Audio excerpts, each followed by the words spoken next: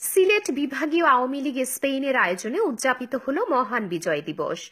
Spain থেকে সাইফুল আমিন জানান, 20 December Spain মাদ্রিদের স্থানীয় একটি রেস্টুরেন্টে সন্ধ্যা 7টায় মহান বিজয়ের 45 বছর পূর্তি উপলক্ষে সিলেট বিভাগীয় আওয়ামী লীগ স্পেন এক আলোচনা সভা করেছে। সভার শুরুতেই পবিত্র কোরআন থেকে তেলাওয়াত করেন নজরুল ইসলাম।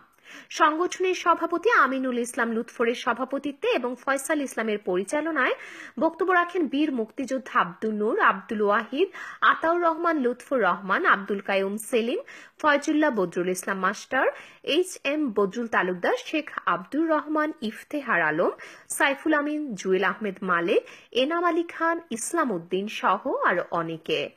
বক্তারা বলেন, মুক্তিযুদ্ধের চেতনায় আমাদেরকে এগিয়ে যেতে হবে, দেশকে ভালোবাসতে হবে, বিজয়ের মান আমাদের অক্ষুণ্ণ রাখতে হবে।